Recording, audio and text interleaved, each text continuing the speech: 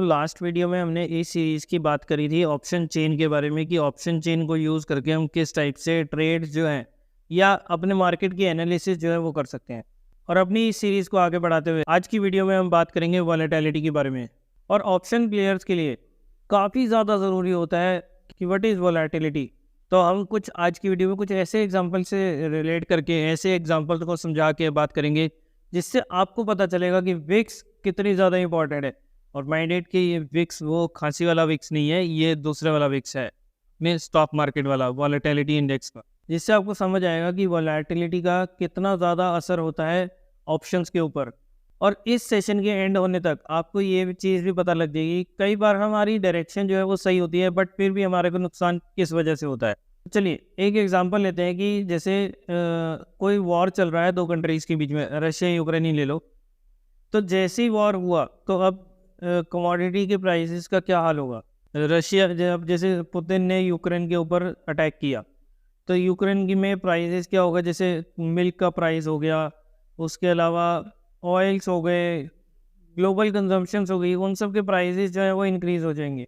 But value जो है, देखिए प्राइसेस जो है वो क्योंकि वॉर चल रहा है उस वजह से इंक्रीज़ हो गया, लेकिन वैल्यू जो है जो वो प्रोवाइड करता है वो सेम ही रहने वाली है। अब मान लो अगर दूध का प्राइस बढ़ गया तो क्या दूध के प्रोटीन्स भी बढ़ गए? नहीं ना, दूध का प्राइस बढ़ा है क्योंकि वहाँ पर डिमांड सप्लाई में डिफ्लेक्शन आ गई है। डिमांड जो है वो is not equal to supply, या लोग जो हैं इस टाइम पर ज़्यादा स्टोर करने की कोशिश कर रहे हैं। इस टाइम पर ज़्यादा वो कहते हैं जितना ज़्यादा हम स्टोर कर लें क्योंकि बाद में पता नहीं कितने महंगा हो जाएगा, तो इसलिए अभी वो थोड़ा सा हाई प्राइस जो है वो देने को तैयार है। अब मान लो कि जैसे ये वॉर जो है वो ख़त्म हो जाता है तो अब इसका क्या असर होगा कि प्राइसेस जो पहले बढ़े हुए प्राइसेस थे अब वो वापस से नॉर्मल प्राइस पर आ जाएंगे।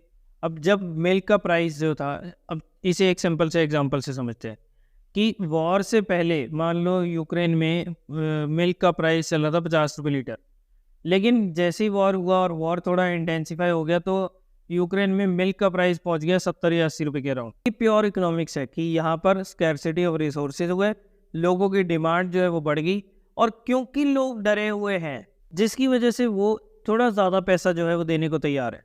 और जैसे ये डर लोगों को ख़त्म होगा ना कि पता नहीं कितना लंबा चलेगा या हमारे को कुछ हो जाएगा तो हम पहले ही स्टोर करके रख लें, बाद में शायद मिले ना मिले, जैसे ये डर कम होता जाएगा ना वैसे वैसे आप देखना कि प्राइसेस जो है वो बैक टू नॉर्मल आते जाएंगे।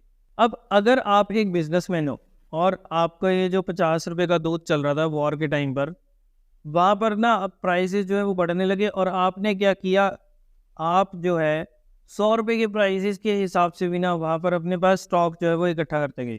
अब जैसे ही ये वॉर जो है वो ख़त्म हुआ और प्राइसेस जो है बैक टू नॉर्मल आ गई, जो 50 रुपये का था मिल्क का प्राइस, तो क्या आपको लगता है कि अब यहाँ पर जिसने वो सारा मिल्क जो है वो पहले 100 रुपये के प्राइस पर होल्ड किया, तो क्या अब इस टाइम पर कोई भी बंदा ऐसा होगा जो उसी मिल्क के लिए 50 रुपये एक्स्ट्रा देने को तैयार होगा? लेकिन अब इसमें आप तो फंस गए क्योंकि आपने वो चीज़ जो है 100 पर ली, मार्केट का रेट अब हो गया 50 रुपये, और आप चाहते हो कि कम से कम यार इसे कुछ तो प्रॉफिट में दूँ, 105 110 रुपये। लेकिन अब एक बात बताओ, कोई इस टाइम पर आएगा जो आपको 50 रुपये एक्स्ट्रा देने को तैयार होगा? बिल्कुल भी नहीं करेगा। तो अब यहाँ पर क्या चीज़ हुई, यहाँ पर जो मिल्क बायर था ना, इसे हम ऑप्शंस के पर्सपेक्टिव में समझते हैं।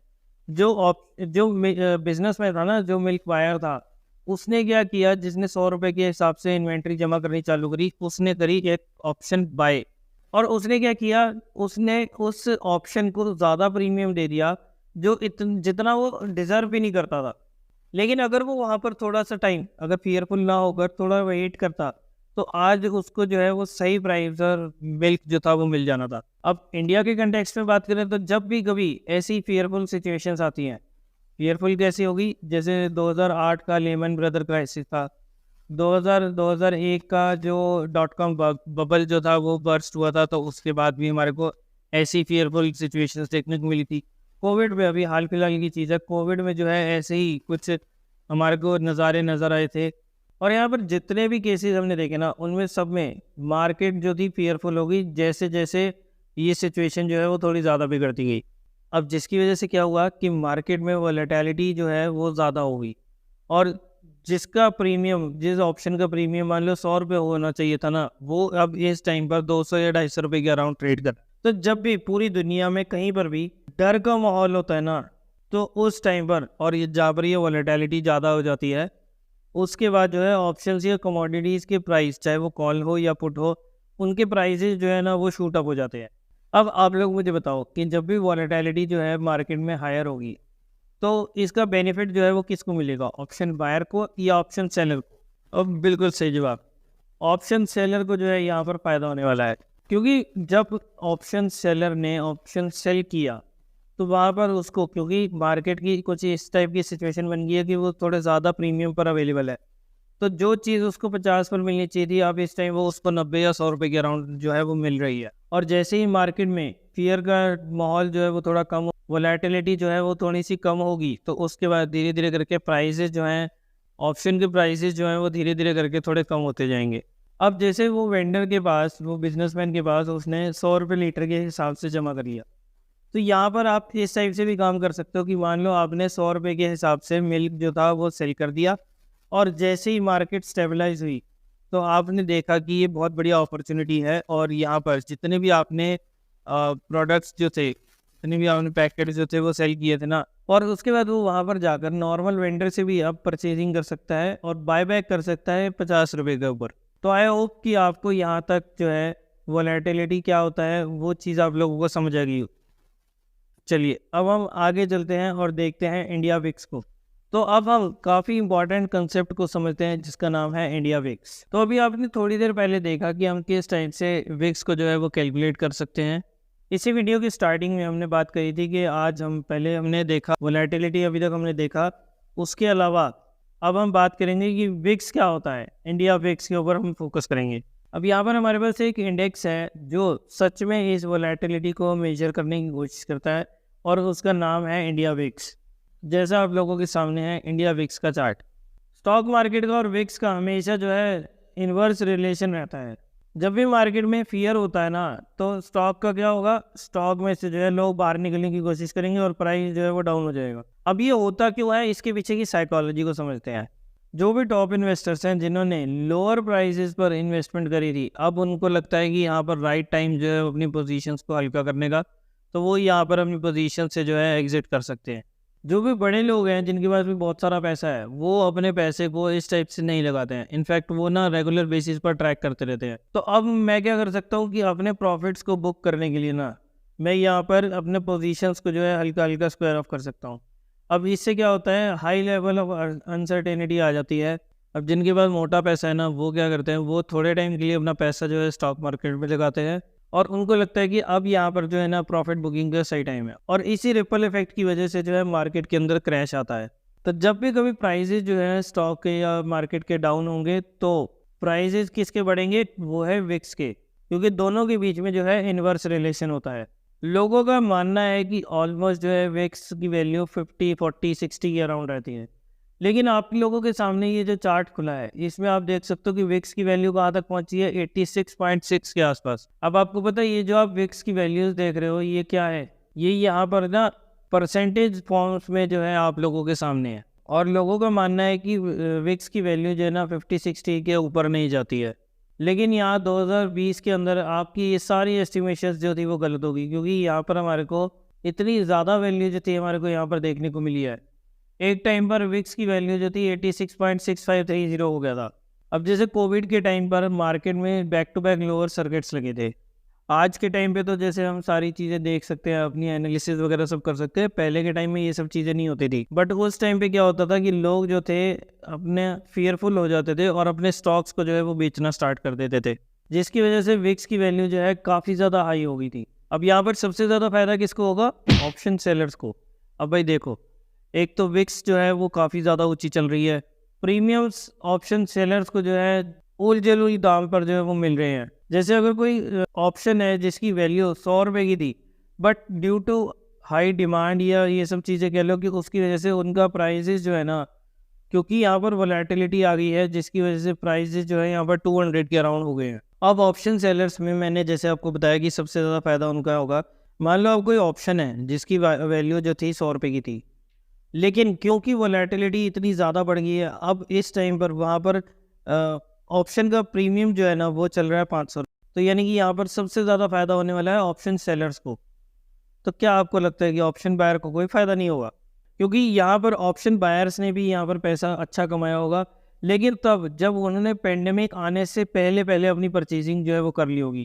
क्योंकि पेंडेमिक आते ही वहाँ पर विक्स जो है इतनी ज़्यादा इंक्रीज़ हो गई थी और वहाँ पर सारे ऑप्शंस की वैल्यूज़ जो थी वो ओवर वैल्यूड हो गए थे। जैसे यहाँ पर आप देख सकते हो कि विक्स जो है पहले यहाँ पर अगर आप लोगों ने यहाँ पर परचेजिंग करी होती तो विक्स की वैल्यू थी यहाँ पर 15, 16, 17, 11। अब यहाँ पर एक बात बताओ, ऑप्शन बायर्स ने कमाया होगा उसमें कौन से ने? जिसने कॉल सेल करी होगी, जिसने कॉल बाय करी होगी? नहीं, यहाँ पर कमाया होगा जिसने पुट बाय करी होगी। क्योंकि जैसे ही यहाँ पर विक्स जो है वो इंक्रीज हुआ, मार्केट जो है वो गिरनी चालू हो गई थी। और जैसे मैंने आपको बताया प्राइसेस और विक्स के अंदर इन्वर्स रिलेशन होता है। तो जैसे जैसे विक्स बढ़ता जाएगा वैसे वैसे स्टॉक मार्केट में प्राइसेस जो है वो कम होते जाएंगे। और आप लोगों ने पुट बाय जो है वो कर रखी है फॉर एन एग्जांपल, तो पुट के प्राइसेस जो है वो एकदम से शूट अप हो जाएंगे। लेकिन वहीं पर ऑप्शन सेलर्स को क्या होगा? ऑप्शन सेलर्स ने अगर यहाँ पर सेल करा होगा तो उनको भारी भरकम नुकसान होने वाला है, क्योंकि एकदम से जैसे प्राइसेस वहाँ पर शूट अप करेंगे तो यहाँ पर प्रीमियम्स जो है वो काफ़ी ज़्यादा इंक्रीज हो जाएंगे। तो यहाँ पर सबसे ज़्यादा फायदा होगा पुट बायर्स का, क्योंकि उन्होंने पहले जो थी पेंडेमिक आने से पहले अपनी परचेजिंग कर ली और अपनी पोजीशन बनाकर रख ली। जैसे ही पेंडेमिक आया प्राइसेस जो है मार्केट में आप सब ने देखा ही था कि एकदम से लोअर सर्किट जो है वो लगने चालू हो गए थे। और आपने अगर मान लो आउट ऑफ द मनी की पुट जो है वो बाय कर रखी है तो आपको काफ़ी सस्ते रेटों पर मिल जाएगी, क्योंकि अब उसके अंदर आपने आउट ऑफ द मनी की एक कॉल पिक कर रखी है। तो वहाँ पर इंट्रिंसिक वैल्यू तो बिल्कुल नहीं होगी, सारा का सारा जो भी वैल्यूज होंगी वो होगी एक्सट्रिंसिक वैल्यू। अब जैसे ही प्राइसेस शूट अप होंगे तो ऑप्शन सेलर को जो है भारी भरकम नुकसान होने वाला है। यानी कि अगर प्रीमियम उस टाइम पर 20 रुपये का चल रहा था ना पेंडेमिक से पहले, पेंडेमिक के दौरान जो है उसको 200 रुपये की वैल्यूज जो थी वो हो गई थी। और ये सब किस वजह से हुआ? इंडिया विक्स की वजह से। आई होप आपको इंडिया विक्स जो है आज की वीडियो में समझ आया होगा कि वोलेटिलिटी इंडेक्स को हम किस टाइप से स्टडी करते हैं और कैसा रिलेशन रहता है प्राइजेस और साथ ही साथ इंडिया विक्स के अंदर। आज के सेशन को हम यहीं तक रखते हैं। नेक्स्ट सेशन के अंदर हम पीसीआर रेशियोज़ के बारे में भी बात करेंगे और देखेंगे कि उसका इम्पैक्ट जो है ऑप्शंस के ऊपर किस टाइप से काम करता है, किस टाइप से हमारे को हेल्प करता है पीसीआर रेशियो ऑप्शंस के अंदर ट्रेड करने से। अगर यहाँ तक कि कोई क्वेश्चन, कोई क्वेरीज रह जाती है तो नीचे कमेंट सेक्शन में आप अपने क्वेश्चन, अपनी क्वेरीज जो है वो पूछ सकते हैं। अगर आप लोगों को आज की वीडियो पसंद आई तो इसे लाइक करना और शेयर करना बिल्कुल ना भूलें। अगर आप लोगों ने अभी तक इस चैनल को सब्सक्राइब नहीं करा तो जल्दी से नीचे दिए बटन पर क्लिक करें और आज ही इस चैनल को सब्सक्राइब करें। तो चलिए दोस्तों, मिलते हैं नेक्स्ट वीडियो के अंदर, नेक्स्ट सेशन के अंदर। तब तक के लिए बाय बाय।